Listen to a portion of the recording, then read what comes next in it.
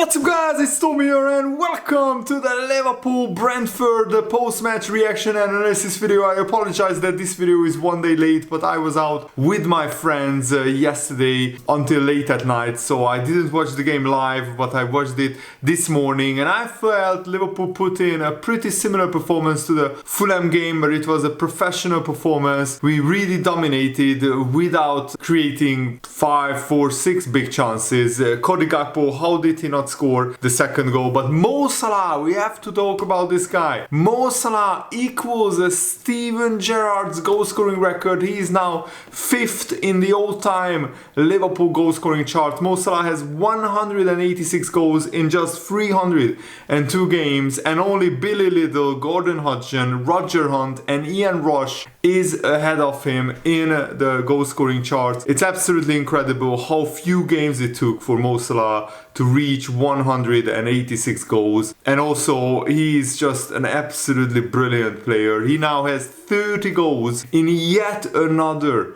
Liverpool season, and he could have scored even more goals. He had a couple of good chances. I felt Brentford were also pretty solid defensively. They restricted Liverpool pretty well, and they played a brilliant counter-attack where Mbumo rounds Van Dijk and Trent and slots it home, but thankfully he was like half a yard offside, a few inches offside, but thankfully VAR gave that as offside and the linesman gave that as offside, and Liverpool in the second half should have scored the second. Jota goes past 2 or 3 Brentford defenders brilliantly, and then he hits the pass across goal, the cross, a low cross, too hard a little bit. It hits Gakpo on the knee and it bobbles out instead of going into the goal. It bobbles out for a goal kick, I think, or a back to a Liverpool player. But the most important thing is Liverpool get another 3 points. Now, for the first time this season, 6 wins in a row, 18 points from 18. And we are just 2 points behind Man United and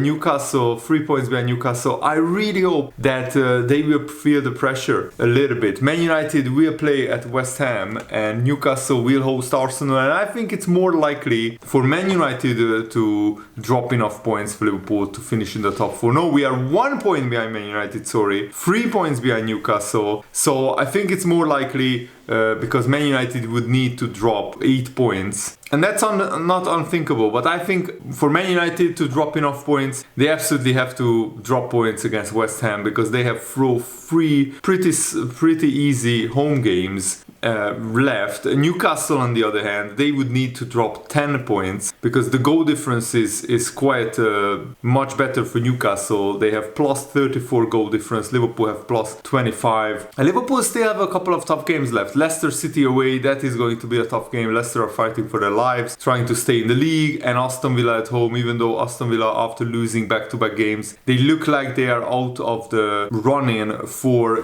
finishing in 5th or 6th place, but Aston Villa can still finish in 7th place and even in 6th place. So they are really looking good. And also Brighton are in a very, very good position. If they beat Everton tomorrow, then they will actually be still ahead of Liverpool on if they win all their games in hand. But Liverpool are in a very, very good position from coming from 8th or 9th place. Overall, I still think it's a disappointing season, but we can be very optimistic for the future, because this new position for Trent Alexander-Arnold is absolutely brilliant. Since he slotted in at this inverted right back role where he slots into the midfield in attack, and of course he defends as a right back. So since April the 9th, which is like 1 month ago, he is first in the Premier League in assists. I think he gets 6 assists since April. First in chances created, first in passes in opposition half, first in penalty area entries, first in possession won, and first in touches. So Trent Alexander-Arnold is first in 6 metrics in the Premier League, and from a right back who is now playing as a deep lying playmaker in attack. It's absolutely brilliant, and I really hope that Liverpool can have a full season with Trent Alexander-Arnold fully fit, playing in this position, because if Darwin Núñez will start scoring more of his chances, Liverpool will be absolutely flying. We are already, I think, in a very good run of form. It just come a little bit too late. Imagine if we just had a couple of those draws or defeats turned into wins, we would have been comfortably in the top 4. Mo Salah, we have to absolutely talk about him as well. He's up there with the likes of King Kenny Dalglish, Ian Rush, Steven Gerrard, and all the other Liverpool legends. You can't underestimate how big a legend Mo Salah is. Not only did he win every trophy that is available to win at Liverpool, but he has done so scoring in a bit better goals per game ratio than almost anybody else. I think only Gordon Hodgson has a better goals per game ratio than Mohamed Salah. It's absolutely insane what he's doing, and I'm really hoping that he can keep this goal scoring run going. I mean, Mo Salah is scoring, every 1.6 games. Gordon Hodgson scored in every 1.5 games. But the way that he's performing, I mean, he scored 44 goals in his first season, then 27, then 23, but then 31, and 30 goals. 3 seasons in a row, Mo Salah has more than 30 goals. And this season, he can still score another 2 or 3 goals and get to his second best season in a Liverpool shirt. After the first season where he scored 44 goals, hopefully this will be his second best goal scoring season. And I mean, what Mo Salah is doing is extraordinary. We are witnessing history with our very own eyes, and I think some people don't appreciate Mo Salah enough. What he's doing in terms of numbers is up there with the very best that Liverpool has ever seen, and he's one of the Premier League all-time greats, and I really hope that he stays for the full length of his contract and maybe beyond that. Mo Salah is taking care of his body and his mind, and he's such a model professional. There is nothing to say that he can't go on until he's 35, 36 years old, because his game intelligence is absolutely brilliant. His shooting, his passing, his dribbling is phenomenal. He doesn't only rely on his pace, he is very powerful as well, and I think he absolutely is one of the best, probably top 5 best players to ever play for Liverpool. The list is so long. Probably after Steven Gerrard, Mohamed Salah is the greatest Liverpool player of the last 20 or 30 years. Yes, Luis Suarez in his prime was brilliant, but Salah has longevity on his side. Suarez had like 1 or 2 exceptional seasons at Liverpool. Mo Salah had now like 6 exceptional seasons, and that's absolutely brilliant. And even Jamie Redknapp, a pundit on Sky Sports, former Liverpool player, he declared that Mo Salah is a true legend, not just for Liverpool, but of the Premier League era. He's one of the icons of the Premier League. He's an amazing player, and I really hope that Salah keeps staying at Anfield and keeps banging in the goals. And Mo Salah gave a post-match interview saying, "It just means a lot to me, this goal-scoring record. I feel at home here at Liverpool. I'm happy. Hopefully we just need to finish the season in the best possible way. As much as I'm scoring goals, the team is winning games. That's the most important thing. It's something that makes me proud. I work really hard. Everybody knows that. Everybody sees that. And then I'm just motivated to keep breaking records, scoring goals, winning games for the team. And we have improved a lot in the last couple of weeks. We have won 6 games in a row. We had a couple of clean sheets, which is really important for us, because once you don't concede a goal, you just have to win 1-0 and that's it. And that's what happened this game and the last game. So I think we have motivation at the moment in the team, and we need to carry on. 3 games left. We need to carry on and try and win all of them. And I'm honestly sick and tired of talking about the referees, but if ever a neutral fan wanted evidence of the way referees try to get back at Jurgen Klopp and Liverpool, you just have to watch this game in full and the refereeing decisions, because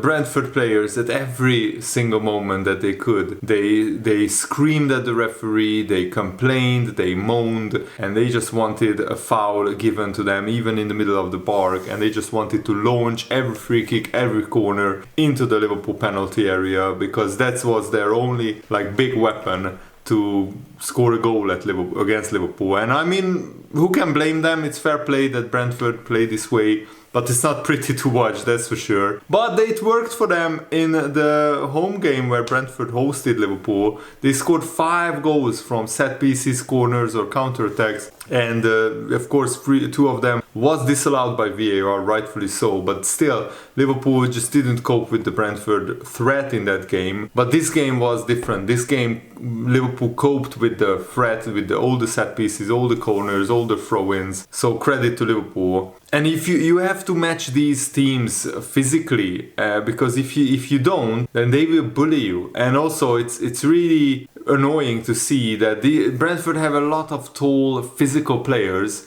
yet every time they feel a touch, they go down screaming as if someone shot them, and that's not good to see. And Jurgen Klopp praised the Liverpool team for dealing with the set pieces of Brentford, because this Brentford are pretty special from set pieces. And he said, I told the boys, I mean Jurgen Klopp said to the Liverpool players, I told the boys either directly after the game, the focus and the concentration we showed today against the best set piece team I've ever played was great. And when we played, we've had super moments. We came between their lines, we mixed it up, in behind, in between. I liked it a lot, Jurgen Klopp said. But there was a moment which we have to learn to react much better to and keep doing the right things. And this is a very, very hard fought and very important 1-0 win. The goal was great, Jurgen Klopp said. The defending was great. And in parts, the football we played was really, really good. So credit to all the Liverpool players. And the numbers that Mo Salah creates, Jurgen Klopp said, we all know that after his career, he will be seen as one of the all-time greats at Liverpool, that's clear. But now he's still in the career, and some might not appreciate him enough, but we do. As long as he's playing, he needs to work as well, and he did that today. I like that a lot. Now he's really aware of all the things we need to do. In the moment, it's really, really important for us and really good. He deserves all the praise he gets already, and he will get even more after his career. That's how it is. Because in a club with the all-time greats we had in the past, being the first one who scores in 9 consecutive home games is super special. Scoring again 30 goals this season is super special, and setting up a lot of goals as well. He's so often involved in our goals, not only with the assist or the finish, very often with the second or third last pass as well, which is as important. So yeah, absolutely great. And Liverpool don't have a game for 9 days until we played Leicester, and that's absolutely great news, because Liverpool had a very intense week with 3 games in like 8 days, and we have a couple of knocks and injuries. So now we have a full week to prepare for the Leicester game, and hopefully we can go at them and really keep this winning run going. And it's important because we need to be there, breathing down the necks of Man United and Newcastle. If they drop points, Liverpool need to take advantage. And the focus level that Liverpool showed was exceptional. The concentration was top. A lot of good signs, and it's a really good preparation for next season as well. We have to do that more consistently. We have to be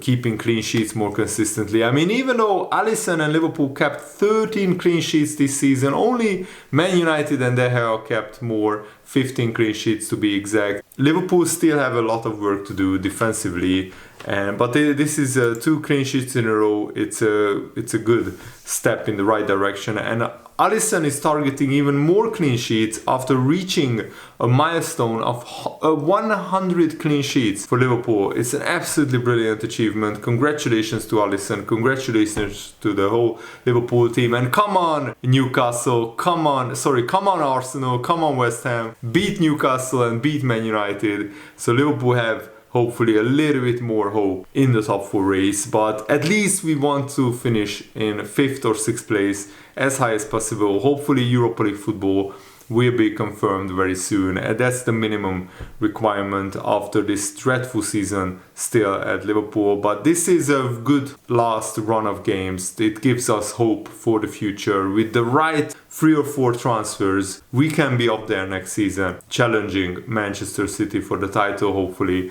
Thanks for watching, guys. Hope you enjoyed this. Have a nice day. See you later. Goodbye.